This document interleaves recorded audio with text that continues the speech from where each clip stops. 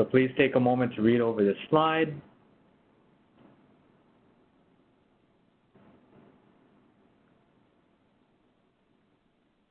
So today's topic is how damage mechanism reviews impact operations. Please note that today's webinar is sponsored by Providence Consulting and reflects their views, opinions, and recommendations. Now I would like to introduce our speaker, Vipin Vijayakumaran. Mr. Vijayakumaran has complements his advanced education with practical industry experience to provide value to his clients as a project lead, formerly a mechanical integrity consultant at Providence Consulting. He has led projects from their Borger and Houston offices as well as on-site at client facilities. He continued his professional development by completing certifications from the American Petroleum Institute, or API, including the Certified Pressure Vessel Inspector and Certified Piping Inspector certifications. And with that, I welcome Vipin. Firstly, I'd like to thank the American Society of Chemical Engineers for providing me with the opportunity to present this webinar. Also, thank you to everyone at Providence who helped me put this webinar together. Secondly, I'd like to welcome everybody in the audience to this introductory presentation on damage mechanism reviews. So today we will explore why the industry is moving towards damage mechanism reviews, what it can mean for your process unit, what are the processes, and outline what are the outcomes that can happen to your unit as an impact of a damage mechanism review. Quickly about myself, I have been with Providence for around about 6 years now. I started out, as Armani pointed out, doing mechanical integrity projects, but I've expanded the scope of my work as far as doing some overall PSM-related work with PSM audits, piping and pressure vessel inspections, and also some engineering design and construction projects as such. One fair warning to the audience. There is a lot of good content and a lot of references on the slides that I'm about to present. These slides will be available to you after the webinar, so feel free to just sit back and relax and just listen to the presentation so that you can go back and take notes on the reference after you have some time and get everything digested and going forward. So let's start off by introducing what are damage mechanism reviews and why we do them. Starting off with OSHA's PSM standard. OSHA's PSM standard states that mechanical integrity is one of the key 14 elements as such. The regulation does give us guidance on recognized and generally accepted practices, good engineering practices, also known as RAGAGEP. The frequency of the inspections and tests of these process equipments usually follow RAGAGEP. Damage mechanism reviews are generally recognized as a good engineering practice to establish inspection types based upon what type of damage is present in your facility. Again, a quick distinguish between what are mandatory regulation and what are recommended practices. So your API 570, which is your piping inspection code, and your API 510, which is your pressure vessel inspection code, are shall documents. These are governed by RAGAGEP regulations, and these are things that you should be doing at your facility. For today's webinar, we will focus on recommended practices, which includes API's recommended practice for risk-based inspection, RBI, API 970, which is your corrosion control documents, which I'll refer to as CCDs, and API 571, which are damage mechanisms affecting fixed equipment in the refining industry, and API 584, which is your integrity operating windows, also known as IOWs. Now, generally, historically, API 570 and API 510 have historically told us to use fixed frequencies based on service classifications and remaining life calculations as far as scheduling your inspection and establishing inspection intervals as such. But the current version of the code now allows for risk-based inspection (RBI) to guide inspection priorities, scope, and frequencies. I quoted the reference on here, so feel free after the presentation to go out and read some of the information on there about how RBI inspection frequencies can be kind of substituted for your API 510 and 570 inspections. Now let's try and understand what RBI is with a simple example that we see in our everyday lives. So your car tire manufacturer recommends that you replace your tires every 70,000 miles. But practically very often we measure the tire depth and take into account our driving conditions before making a decision on when we have to change our tires so that we don't have a blowout or have some kind of accident on the freeway. By doing that, what you're doing is you're conducting, by making that judgment, what you're doing is you're conducting the simplest forms of a risk assessment. Similar to the example that we just looked at, when you are conducting your RBI study, you are looking at your fixed assets and trying to determine the cause of damage, the deterioration, the likelihood that the damage would occur in the future. Now, one thing that chemical engineers are very, very familiar with is your PHAs or process hazard analysis. Let's look at how an RBI assessment and a PHA are very, very similar. You have your causes of failure, you have your consequences of failure, you have your risk rank, you have mitigation and safeguards that you have to place for eliminating those risks, and then you have your mitigated risk assessment. But at the end of an RBI assessment, what you have is you have a validated inspection frequency. Now, for RBI, what we need is we have three critical elements that support the RBI program as such. The first one is your corrosion control documents or CCDs. So corrosion control documents contain information and historical data that define the starting point for evaluation in your RBI program. API 571, which contains a repository of damage mechanisms that affect the refining and petrochemical industry, gives us guidance to identify, mitigate, and control different damage mechanisms that can occur inside your unit. API 584 gives us guidance to establish integrity operating windows that will help to monitor, control process variables that cause damage within fixed equipment and which may lead into you changing your inspection plans or strategies.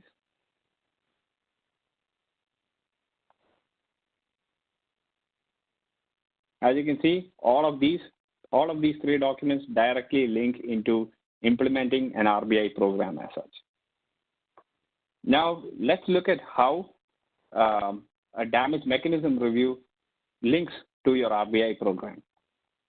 As you can see, we went through the cause of failure, the consequence of failure, risk ranking, mitigation, and validating your inspection frequency. RBI ties in at the start of the process as far as the cause of failure.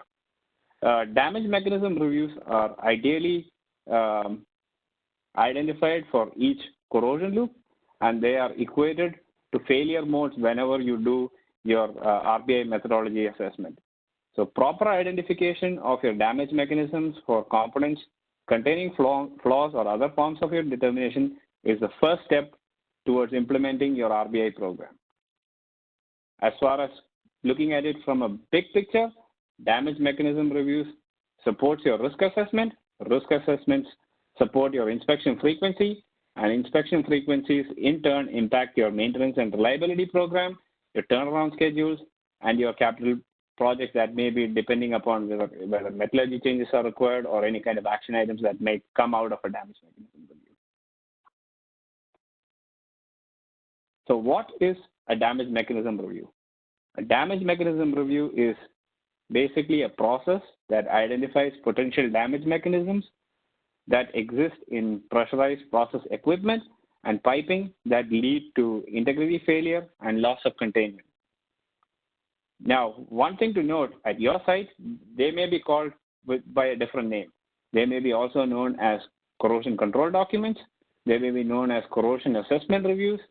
They may also be known as damage mechanism identification reviews. These are essentially one and the same thing. They're just called by different names.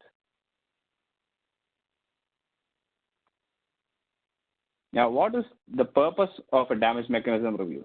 It is not only to identify equipment and piping that are susceptible to certain types of damage, but also to identify factors that influence damage mechanisms or may cause like specific set of damage mechanisms to occur, like materials of construction, process environment, and operating conditions, and also as an end result, to recommend actions to mitigate those damage mechanisms so that you do not have a loss of containment or have any unplanned outages. So why is the industry trending towards doing damage mechanism reviews? It is the next big step in systemizing and identifying scenarios that cause failures at a unit or even at a site level, and therefore having a plan to mitigate them in place.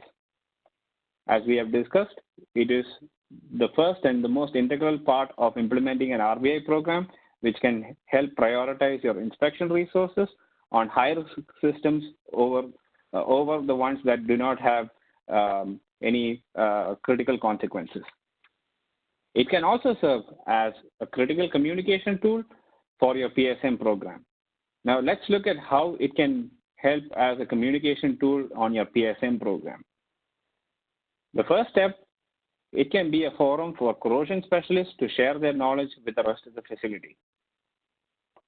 Secondly, it can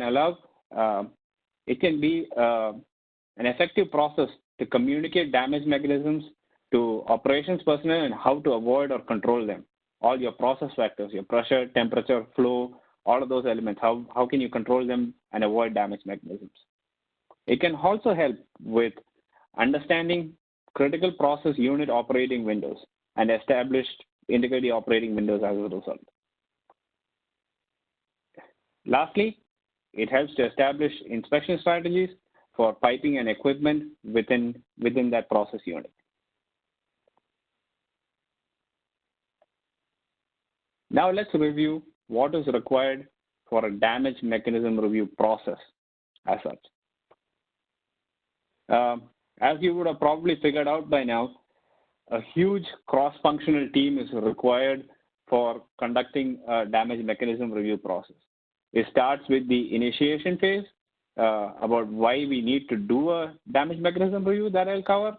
The second phase consists of the pre-meeting and workup, where we define operating conditions and operating history and define mechanical limits for each of our process equipment. The next phase in the red bucket is to define corrosion rates and identify failure mechanisms. The third phase is for having the meeting where we get the whole team together, and then we have post-meeting items where you implement your changes and you have different action items that come out of this. So as the diagram from API 970 shows us, like all the responsibilities at different stages on the DMR process, and we'll discuss in detail where each resource kind of ties in to the DMR process. So firstly, why do we do damage mechanism reviews? It is usually part of a corporate initiative or local plant management that determines the need and the timing for a damage mechanism review. Firstly, as we discussed, it could be to support RBI implementation at your site. It could also be because you have persistent maintenance issues and you want to find the root cause of why you're having damages on your process equipment. It could also be that you have a new process that is coming out, the new process that is being implemented at your site, and you're trying to get ahead and trying to find out what kind of damage can occur. Again, one thing to stress is the team that is assembled, which consists of your facilitator, your damage mechanism review facilitator, similar to a PHA, your scribe, who's going to take as far as documenting and noting all of the process that are going on, and then obviously your subject matter experts as far as your process unit operator, your unit engineer, maintenance and reliability engineer, your MI specialist, and your inspectors who will bring in different elements. It is again very important that the whole team gets trained in the DMR process and the procedure that occurs so that they can bring the different elements that they are expertise into the table. Next thing is scheduling and duration. So typically what I would recommend is having a damage mechanism review after the first five years after your unit has been running. Essentially after your first PHA, so that you have all your cause and consequence of failures kind of documented, and you have enough inspection history to identify the damage mechanisms that may exist in your unit. You may also have like an RBI review coming up. So the damage mechanism review is the first step for implementing your RBI program. If you have an upcoming turnaround coming up and you wanted to, there were many action items to kind of replace metallurgy, bunch of capital projects that are going on during your outage. So that might be an opportunity to perform a damage mechanism review. How long does it last? Well, it really depends upon the complexity of the unit. What I'll come to is corrosion loops in a few minutes. I'll be coming over corrosion loops. Those are the number of corrosion loops really decide how much time takes to conduct a damage mechanism review as such. And obviously, meeting times and scheduling with all the different departments and also action items that come out of the meeting really determine how long your DMR process is going to last. Now, what kind of resources and personnel are required? Firstly, let's look at how, as we have discussed previously, the damage mechanism review is very, very similar to a PHA. Let's look at some of the common resources that are kind of, they are between a PHA and a damage mechanism review. Obviously, your process safety information, your heat and material balance, there's facilitators, unit engineers, mechanical integrity specialists, and obviously lots of coffee so that we can go through the meeting over weeks and weeks of preparation and get us through the day as far as doing the facilitation meeting. Some things that are unique to a damage mechanism review are obviously your API standards, your inspection reports, which contain your inspection history, your corrosion and materials engineer, who will be kind of coordinating the efforts, and your inspectors who will bring in the history of damage that has occurred over the life cycle of the unit.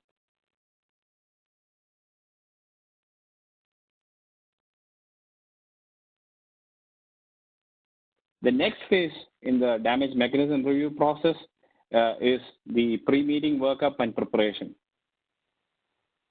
In this phase, the corrosion and materials engineer takes the lead role in coordinating efforts to get all your process safety information, including your heat and material balance, operating procedures, inspection history. After gathering all of the information, what is done is your corrosion loops are identified on your process flow diagrams and your PNIDs, which we will get to shortly.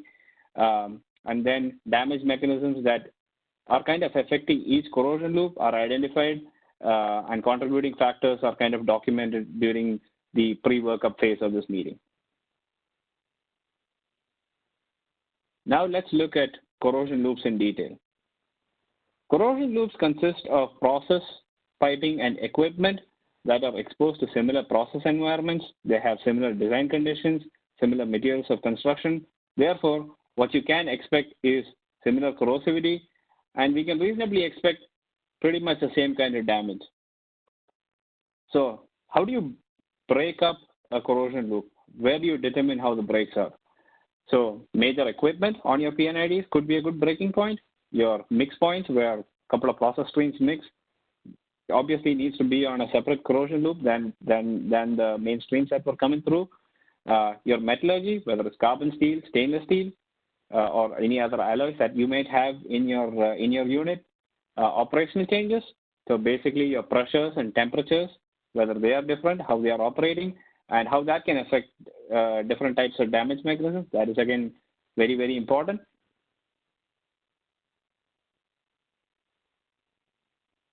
So to help everyone better understand what is a corrosion loop and how to create them, let's take an example from a butane isom unit. As you can see from the figure, there are multiple damage mechanisms that could even affect a simple unit like that. There is high temperature hydrogen attack, which is legend key 10, which could happen after your heat exchangers. There is caustic cracking, caustic corrosion, corrosion under insulation. So multiple damage mechanisms that could affect your unit as such. Again, just to iterate, the corrosion loop definitely consists of similar metallurgy and process and corrosion rates and damage mechanisms that affect your process, and typically breaks between metallurgy and design specs within the unit. One thing to notice, even within a simple unit, there are multiple corrosion loops all over the place inside this unit. So for time constraints, what we will focus on is we will focus on the butane feed system before hydrogen and chlorides are added to the system. We'll focus on the butane feed dryers as such.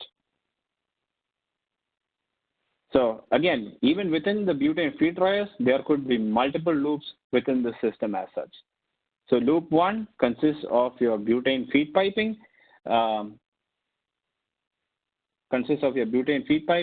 storage, dryers, and your surge drum. So basically, the circuit breaks are going to be between the battery limit of your butane feed, and your butane mix point is going to be on corrosion loop 1. Corrosion loop 2 is going to be your regenerated water piping, coalescer, and water piping going all the way till the flange on your flare knockout drum. That would be where the circuit would break. There is corrosion loop 3, where you would have wet butane going back to storage from the coalescer. And there could also be corrosion loop 4, where your regeneration piping from your dryers, from your heater is coming back into the coalescer as such. So even within a subsystem, as you can see, there are multiple corrosion loops within the system as such. So for today's presentation, we will go over corrosion loop 1 and corrosion loop 2, and we'll see the different kinds of damage mechanisms that are affected there. So corrosion loop 1, as you can see here, there is similar kinds of metallurgy. All of the materials are like carbon steel. Pretty much all the process going through here is the same. It is basically butane feed that's going through here. And then what you have is your operating temperature. Again, very important to note that the operating temperature is right around like 85 degrees Fahrenheit. So this would constitute corrosion loop 1. Next thing is going to be your corrosion loop 2.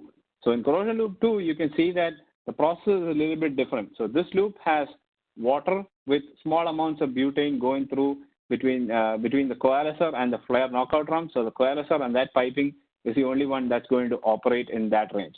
But why this is on a separate corrosion loop is because of the process. And as you can see on the slide, the operating temperature is around about 300 degrees Fahrenheit.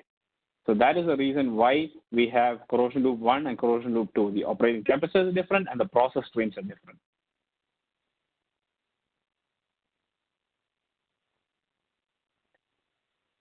Now, going into and examining what are the different kinds of damage mechanisms that kind of affect each corrosion loop, and potential damage mechanisms that kind of affect each corrosion loop. Firstly, as you can see within the red box itself, the insulated lines, they are operating, the lines may be insulated, so there is a potential for corrosion under insulation. If the piping is in intermittent service, then the potential is for corrosion under insulation to occur within that piping too. So this is the phase where we identify each corrosion damage mechanism that is associated with each corrosion loop. And as you can see on corrosion loop 2, there could be general corrosion because the water is slightly acidic from the piping boot that is going from the coalescer all the way to the flare knockout drum. That is why you would have a different damage mechanism there. And also you could have some caustic corrosion going from, if there are any dead legs on the system, it could also be a potential damage mechanisms that could occur. Another thing that we do on this phase is also look at inspection history. So as you can see on table E3, there was some localized pitting that was observed due to the catalyst on the feed dryers on corrosion loop 1. And you can see the corrosion rates that were kind of historically, as you can see from the old inspection readings and ultrasonic thickness readings that you have a determination of those right there so that you can review and see if there are any other damages that are occurring in that process. And the same thing happens for like corrosion loop 2. The corrosion rates are kind of documented there. The next phase is to, as I said, about identifying each damage mechanism. Whenever you identify different damage mechanisms as such, it is also to look at various modes of operation that occur within these feed dryers. As you saw, the dryers, there may be some operating equipment that is within cyclic service and things like that. So you have to take that into consideration.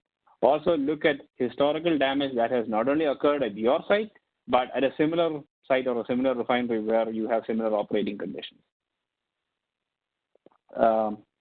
One good resource for identifying damage mechanisms is API 571. Section 5 has a coded list of all the damage mechanisms that are affecting in refining and petrochemical process. I'd encourage everybody in the audience who wants to have a jump start on damage mechanism reviews to go ahead and read through the code and standard. And the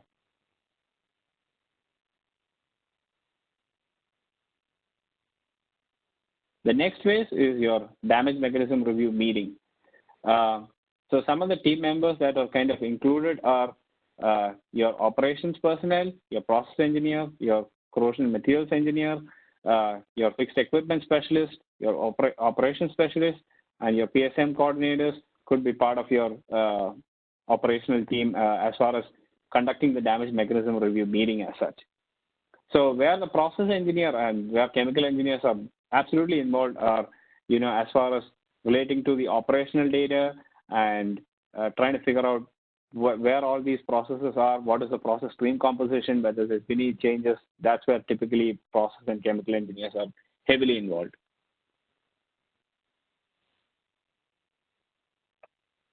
So what do we do in a damage mechanism review meeting as such? We go ahead and we look at historical data that has kind of, that has happened in like each corrosion loop. We identify each key parameters that have occurred. We definitely look at damage rates as such. And if there's any particular loops that have like more damage than others, we look at replacing them and make some recommendations on them too. Now, there are some tips and tricks that I would recommend before you go into a damage mechanism review meeting. One is for having your references ready, your heat and material balances, your PNIDs, all of them ready, all of them kind of organized, and providing some overview training for the operations team and the process engineers to see what are the benefits and what documentation is required for a DMR. Another thing that, in my experience that I've gone through is there could be a corrosion loop that goes through multiple PNIDs. So creating corrosion loop packages, making sure that you have all the documents ready for corrosion loop 1 in a single package, it makes the review meeting go much, much faster and much, much smoother. One thing that you can find from the inspector's perspective is they can bring in the history of damage and what type of inspection techniques were used for identifying the different damage mechanisms at that stage. From the mechanical integrity engineer's perspective is how frequent did these failures happen? What process changes caused these damage mechanisms to occur? They can bring in that perspective. And some of the lessons to bring from a PHA is your documentation consistency and the role of like a scribe to kind of document everything that was kind of discussed in the meeting so that nothing gets missed out to the next phase. So as a result of a DMR, what do you have? You have corrosion control documents as such. So API 970 basically provides guidance as far as what should be documented on a corrosion control document that is a result of a damage mechanism review. Firstly, as we discussed, potential damage mechanisms that could occur in each corrosion loop, integrity operating windows, key process variables that are associated with that corrosion loop, appropriate inspection techniques, and locations where there is susceptibilities on as far as inspections go on each corrosion loop, whether there is need for any special emphasis inspections. For example, on a circuit, you might have to do more penetrant testing rather than doing ultrasonic thickness inspection. And also startup and shutdown considerations or controls that are needed as far as damage goes during that phase of operation. This can also be known as a damage mechanism review report as such. Typically, all of the recommendations from a damage mechanism review are communicated, and each work group is assigned like different types of action items that come from this meeting. Now let's look at what would be the outcomes and impacts of a damage mechanism review meeting. There could be specific follow-up action items. For example, the corrosion or materials engineer might have an action item to develop and update equipment inspection plans. The MI engineer might have an action item to update their IDMS or your inspection database management system with any specialized inspections that may be required. Your operations specialist could be involved in the development of integrity operating windows so that you monitor your process and so that notifications and alarms are kind of set in place so that damage mechanisms do not occur. Your PSM coordinator could be involved as far as including key process variables and limits to find out where damage mechanism concerns are and how that would affect MOCs and in turn THAs down the chain. Now, let's try and understand what integrity operating windows are, because I think these are kind of specific to what chemical engineers and in turn process engineers kind of deal with as a result of a damage mechanism review. So basically, integrity operating windows are different levels of safe upper and lower operating limits as such. These may have an impact on advanced process control systems and setting up different variables that may be required to monitor these process systems as such. To get a better understanding, let's take the example of a fired heater tube that we are trying to create integrity operating windows for. So for this specific example, I'll take the example of a fired heater tube that was designed according to API 530, having a design life of 100,000 hours, operating at 950 degrees Fahrenheit. So the informational integrity operating window is usually set at 900 degrees Fahrenheit, and whenever it goes above this, the example response is to inform the corrosion engineer that the temperature is exceeded at such and such date, at such and such time, and so that they can track and see at how many times has this integrity operating window kind of been compromised on this level. The next level is your standard integrity operating windows, where it typically goes above like 950 degrees Fahrenheit. So that time there is a notification to the corrosion engineer that there could be some damage that has occurred. That could shorten the life of the heater tube with elements such as creep and sulfidation, oxidation. These are different damage mechanisms that could occur on the heater tube because it's operating above the range that is kind of given on there.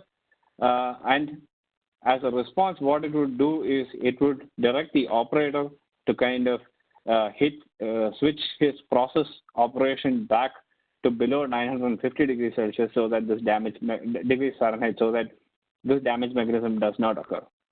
The last level is your critical integrity operating window. An example is if there is a high level alarm for the heater tube, it touches 1150 degrees Fahrenheit.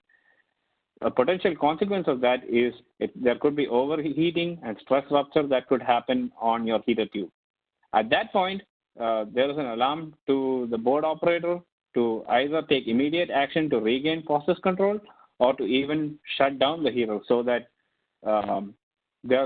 this failure does not occur. Now, another consequence is your inspection frequencies might be updated as a consequence of RBI. So there's one instance where your inspection frequency might increase. So if you have mixed points in your circuit where historically you have seen higher rates of corrosion, so that might drive you to inspect those circuits more than what your fixed frequency kind of allows for. There may also be a consequence which everybody likes for us to decrease the inspection frequency.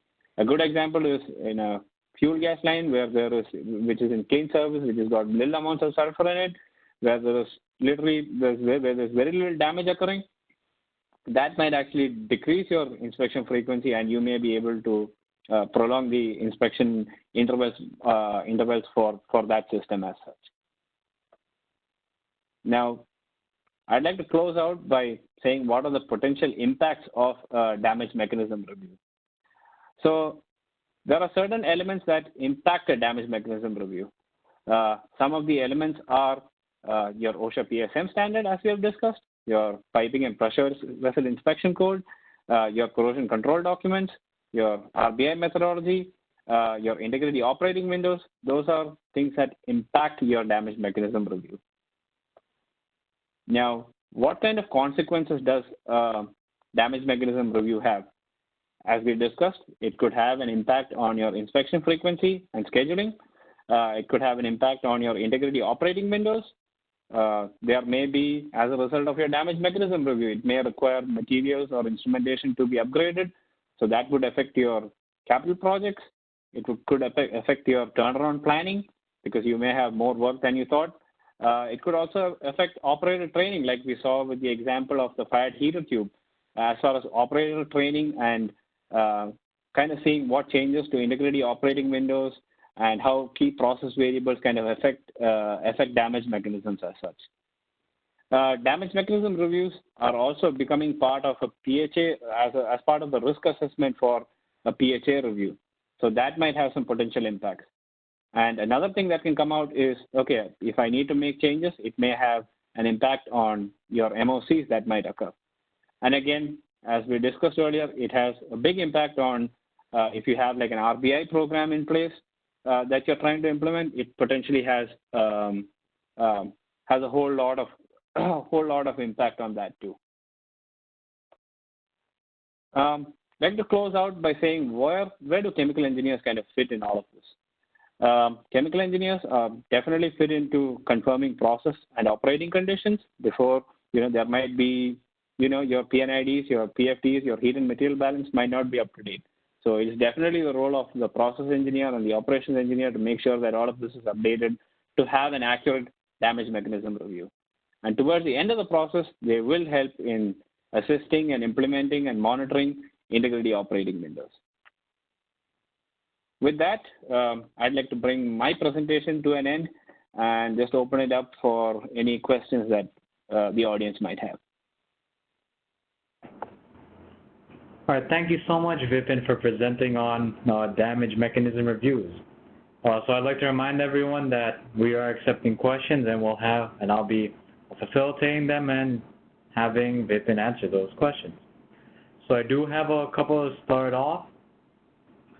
Can you give an example of recommendations that would come out of a damage mechanism review?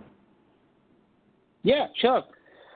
So let me go back to my example of like the butane isom unit.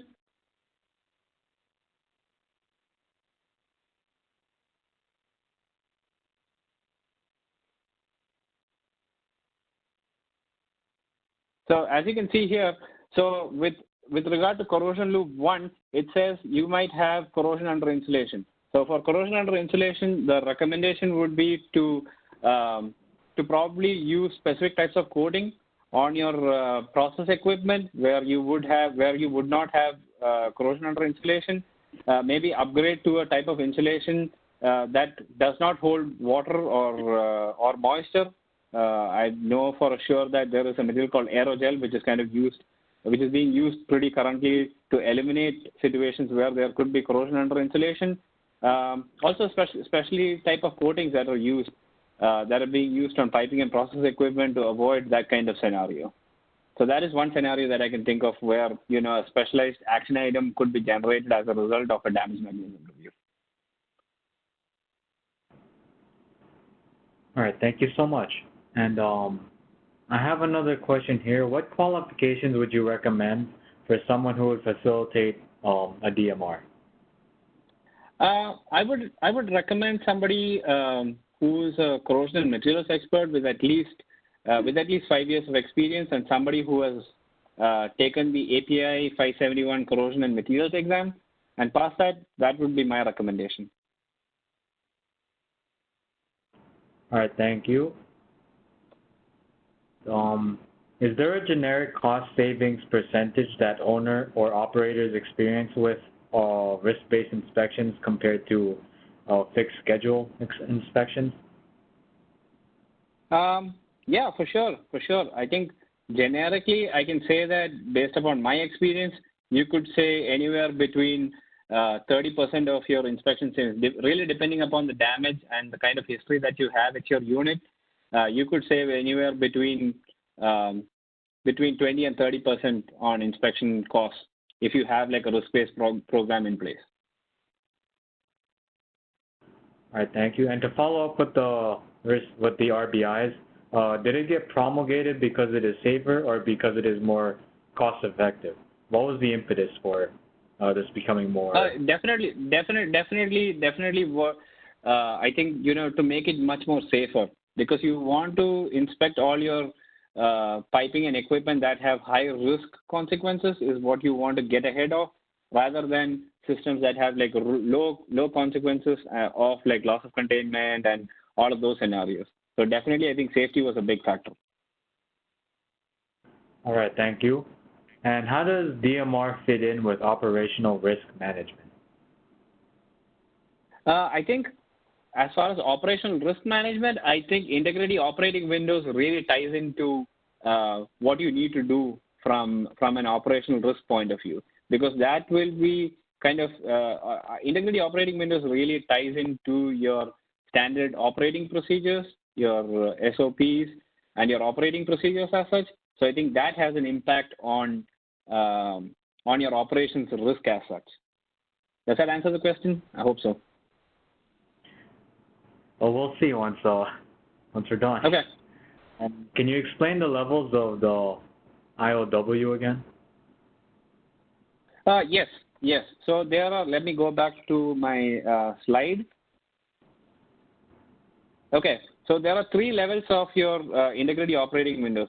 First thing is your informational integrity operating windows, where typically you are operating close to like what your design limits are. There is a standard IOW which you're slightly exceeding, but it has like kind of like minimal impact on your equipment as such. So there could be, if you keep continuing to operate it at like so in this case, if you continue to operate it like 950 degrees Fahrenheit, so you wouldn't typically get your design life to stay all throughout the process, all throughout the life cycle of the equipment as such. So you typically want to bring that below the design life as such. And obviously your critical integrity operating window is when you have exceeded the limit and there could be a catastrophic failure on your equipment immediately. So you want to bring it back to the design limit as such. So those are the 3 levels of like integrity operating windows. Does that answer the question?